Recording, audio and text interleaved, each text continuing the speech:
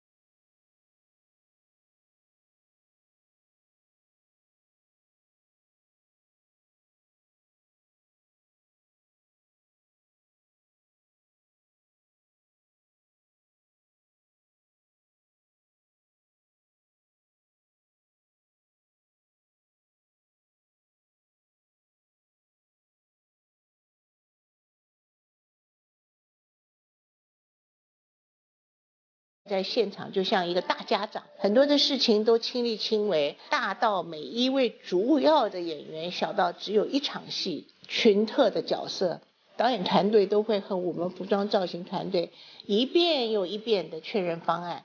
对你这样子，就整个衣服就很好看很多。因为我是一个比较企业的导演，我会很早到现场，啪啪啪啪把整个摊子打开，开工拍，他们就很紧张的去。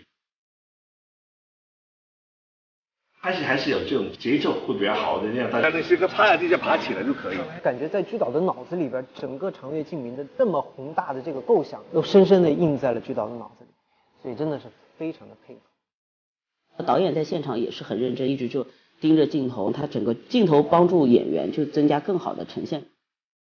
把烟往洞里面放。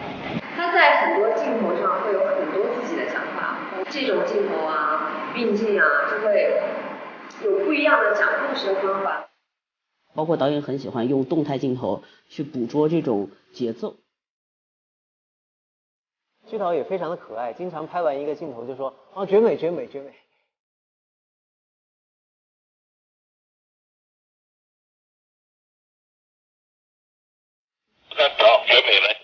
欢迎大家去优酷看《长月烬明》，不看《长月烬明》是你们的选择。